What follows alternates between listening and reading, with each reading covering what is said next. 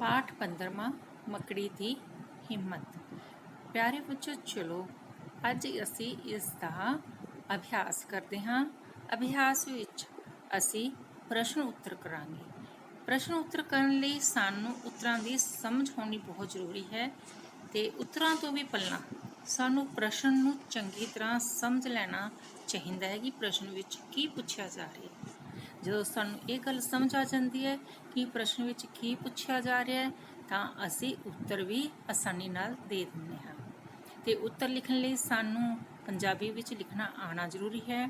ਤਾਂ ਸ਼ਬਦਾਂ ਕਨੀ ਧਿਆਨ ਦੇਣਾ ਪੈਂਦਾ ਹੈ ਕਿ ਕਿਹੜਾ ਸ਼ਬਦ ਅਸੀਂ ਲਿਖਣਾ ਹੈ ਤੇ ਉਸ ਨੂੰ ਬੋਲੋ ਤੇ ਬੋਲ ਕੇ ਫੇਰ ਲਿਖੋ। ਤਾਂ ਤੁਹਾਨੂੰ ਕਾਫੀ ਗੱਲ ਆਪਣੇ ਆਪ ਕਲੀਅਰ ਹੋ ਜਾਂਦੀ ਹੈ, ਸਮਝ ਆ ਜਾਂਦੀ ਹੈ। ਤਾਂ ਆਪਾਂ ਸ਼ੁਰੂ ਕਰਦੇ ਹਾਂ ਪ੍ਰਸ਼ਨ। ਪਹਿਲਾ ਪ੍ਰਸ਼ਨ, ਰਾਜਾ ਦੁਸ਼ਮਣ ਦੀਆਂ ਫੌਜਾਂ ਤੋਂ ਬਚਣ ਲਈ ਕਿੱਥੇ ਰਹਿਣ ਲੱਗਾ? ਰਾਜਾ ਦੁਸ਼ਮਣ ਦੀਆਂ ਫੌਜਾਂ ਤੋਂ ਬਚਣ ਲਈ ਕਿੱਥੇ ਰਹਿਣ ਲੱਗਾ? ਹੁਣ ਇਸ ਪ੍ਰਸ਼ਨ ਵਿੱਚ ਕੀ ਪੁੱਛਿਆ ਗਿਆ ਹੈ ਵੀ ਰਾਜਾ ਕਿੱਥੇ ਰਹਿਣ ਲੱਗਾ? ਜਗ੍ਹਾ ਪੁੱਛੀ ਜਾ ਰਹੀ ਹੈ। ਤਾਂ ਇਸ ਦਾ ਉੱਤਰ ਤੁਸੀਂ ਕੀ ਲਿਖੋਗੇ? ਰਾਜਾ ਦੁਸ਼ਮਣ ਦੀਆਂ ਫੌਜਾਂ ਤੋਂ ਬਚਣ ਲਈ ਜੰਗਲ ਦੀ ਇੱਕ ਗੁਫਾ ਵਿੱਚ ਰਹਿਣ ਲੱਗਾ। ਜੰਗਲ ਦੀ ਇੱਕ ਗੁਫਾ ਵਿੱਚ ਰਹਿਣ ਲੱਗਾ। ਤੁਸੀਂ ਦੇਖੋ ਜਿਹੜਾ ਉੱਤਰ ਹੈ ਉਸਦੇ ਕਾਫੀ ਸ਼ਬਦ ਜੋ ਹੈ ਪ੍ਰਸ਼ਨ ਵਿੱਚੋਂ ਹੀ ਮਿਲ ਜਾਂਦੇ ਨੇ। ਤਾਂ ਤੁਸੀਂ ਪ੍ਰਸ਼ਨ ਨੂੰ ਵਿੱਚੋਂ ਕੁਝ ਸ਼ਬਦ ਉਸ ਚੋਂ ਦੇਖ ਕੇ ਲਿਖ ਲੈਣੇ। ਜਿਸ ਤਰ੍ਹਾਂ ਰਾਜਾ ਦੁਸ਼ਮਣ ਦੀਆਂ ਫੌਜਾਂ ਤੋਂ ਬਚਣ ਲਈ, ਇਹ ਇੰਨੀ ਲਾਈਨ ਜਿਹੜੀ ਮੈਨੂੰ ਬੋਲੀ ਹੈ ਇਹ ਪ੍ਰਸ਼ਨ ਵਿੱਚ ਹੈ। ਤੇ ਫਿਰ ਜੰਗਲ ਦੀ ਇੱਕ ਗੁਫਾ ਵਿੱਚ, ਇਹ ਤੁਸੀਂ ਆਪਣੇ ਵੱਲੋਂ ਲਿਖਣੀ ਹੈ। ਫਿਰ ਰਹਿਣ ਲੱਗਾ, ਉਹ ਵੀ ਪ੍ਰਸ਼ਨ ਵਿੱਚ ਲਿਖੀ ਹੋਈ ਹੈ। ਤਾਂ ਤੁਹਾਡੇ ਲਈ ਥੋੜਾ ਆਸਾਨ ਹੋ ਜਾਂਦਾ ਹੈ ਲਿਖਣਾ। ਉਹ ਵੀ ਤੁਸੀਂ ਅਜੇ ਛੋਟੇ ਹੋ, ਕਈ ਵਾਰ ਲਿਖਣਾ ਤੁਹਾਡੇ ਲਈ ਔਖਾ ਜਿਹਾ ਲੱਗਦਾ ਹੈਗਾ, ਲੇਕਿਨ ਤੁਸੀਂ ਜੇ ਕੋਸ਼ਿਸ਼ ਕਰੋਗੇ ਤਾਂ ਲਿਖ ਲਓਗੇ।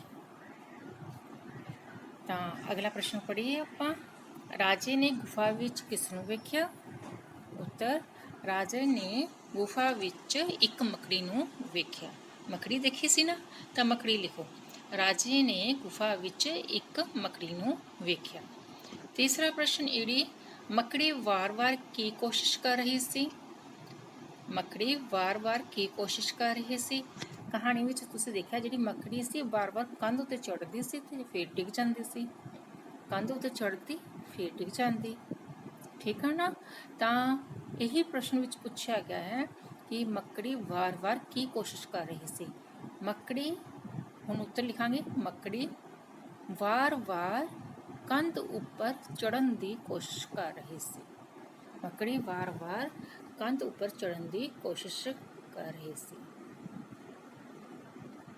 ਸੱਸਾ, ਅੰਤ ਵਿੱਚ ਮੱਕੜੀ ਕਿੱਥੇ ਪਹੁੰਚ ਗਈ? ਅੰਤ ਵਿੱਚ ਮੱਕੜੀ ਕਿੱਥੇ ਪਹੁੰਚੀ? ਕਿੱਥੇ ਪਹੁੰਚਣਾ ਸੀ ਉਹਨੇ? ਕੰਧ ਉੱਪਰ ਵਾਰ-ਵਾਰ ਚੜ੍ਹ ਰਹੀ ਸੀ ਤੇ ਕੰਧ ਉੱਪਰ ਚੜ੍ਹ ਕੇ ਫਿਰ ਕਿੱਥੇ ਜਾਣਾ ਸੀ? ਉਸਨੇ ਆਪਣੇ ਜਾਲ ਤੱਕ ਜਾਣਾ ਸੀ। ਉਹਦਾ ਜਿਹੜਾ ਜਾਲ ਸੀ ਉਹਦਾ ਘਰ ਹੈ ਨਾ ਮੱਕੜੀ ਦਾ। ਮੱਕੜੀ ਨੇ ਆਪਣੇ ਘਰ ਪਹੁੰਚਣਾ ਸੀ ਜਾਲ ਵਿੱਚ। ਤਾਂ ਇਸ ਦਾ ਉੱਤਰ ਲਿਖੋ, ਅੰਤ ਵਿੱਚ ਮੱਕੜੀ ਆਪਣੇ ਜਾਲ ਤੱਕ ਪਹੁੰਚ ਗਈ। ਅੰਤ ਵਿੱਚ ਮੱਕੜੀ ਆਪਣੇ ਜਾਲ ਤੱਕ ਪਹੁੰਚ ਗਈ। ਹੁਣ 6ਵਾਂ ਅਭਿਆਸ ਦੇਖੋ, ਸਮਝੋ ਤੇ ਲਿਖੋ। ਰਾਜਾ ਰਾਣੀ। ਰਾਜਾ ਰਾਣੀ, ਇਸ ਤੋਂ ਕੀ ਸਮਝ ਆਉਂਦੀ ਹੈ? ਇੱਕ ਪਾਸੇ ਰਾਜਾ ਰਾਣੀ, ਇਹ ਲਿੰਗ ਬਦਲੂ ਹੈ, ਜਿਸ ਤਰ੍ਹਾਂ ਮੁੰਡਾ ਕੁੜੀ, ਮੰਮੀ ਪਾਪਾ, ਠੀਕ ਹੈ ਨਾ? ਦਾਦਾ ਦਾਦੀ, ਚਾਚਾ ਚਾਚੀ, ਇਹ ਲਿੰਗ ਬਦਲੂ ਹੈ।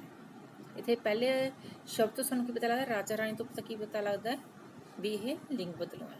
ਹੁਣ ਬਿੱਲਾ ਬਿੱਲੀ, ਬਿੱਲਾ ਬਿੱਲੀ, ਲਾ ਹੈ ਉਹਦੀ ਲੀ ਬਣਾ ਦੇਣਾ ਹੈ ਬਿੱਲੀ। ਚੂਹਾ ਚੂਹੀ, ਸ਼ੇਰ ਸ਼ੇਰਨੀ, ਸ਼ੇਰ ਸ਼ੇਰਨੀ। ਇੱਕ ਵਾਰ ਫਿਰ ਸੁਣੋ, ਰਾਜਾ ਰਾਣੀ, ਬਿੱਲਾ ਬਿੱਲੀ, ਚੂਹਾ ਚੂਹੀ, ਸ਼ੇਰ ਸ਼ੇਰਨੀ। ਤਾਂ ਬੇਟੇ ਇਹ ਹੋਈ ਲਿੰਗ ਬਦਲੋ। ਤੇ ਅਖੀਰ 'ਚ ਲਿਖਿਆ ਹੋਇਆ ਹੈ, ਮਿਹਨਤ ਹੀ ਸਫਲਤਾ ਦੀ ਕੁੰਜੀ ਹੈ। ਜੋ ਇਹ ਕਹਾਣੀ ਆਪਾਂ ਨੇ ਪੜ੍ਹੀ ਸੀ ਉਸ ਤੋਂ ਕੀ ਸਿੱਖਿਆ ਮਿਲਦੀ ਹੈ? ਮਿਹਨਤ ਹੀ ਸਫਲਤਾ ਦੀ ਕੁੰਜੀ ਹੈ। ਯਾਨੀ ਕਿ ਬਾਰ-ਬਾਰ ਮਿਹਨਤ ਕਰੋ, ਕੋਸ਼ਿਸ਼ ਕਰੋ ਤਾਂ ਸਫਲ ਜ਼ਰੂਰ ਹੋਣਗੇ, ਠੀਕ ਹੈ ਨਾ? ਤਾਂ ਇਹ ਹੋਇਆ ਆਪਣੇ ਪਾਠ ਅਭਿਆਸ 2 ਪਾਠ 15ਵਾਂ। ਇਹ ਆਪਣੇ ਹਿੱਸੇ ਹੁਣ ਪ੍ਰਸ਼ਨ ਉੱਤਰ ਲਿੰਗ ਬਦਲੋ ਸਮਝ ਲਏ ਹਨ।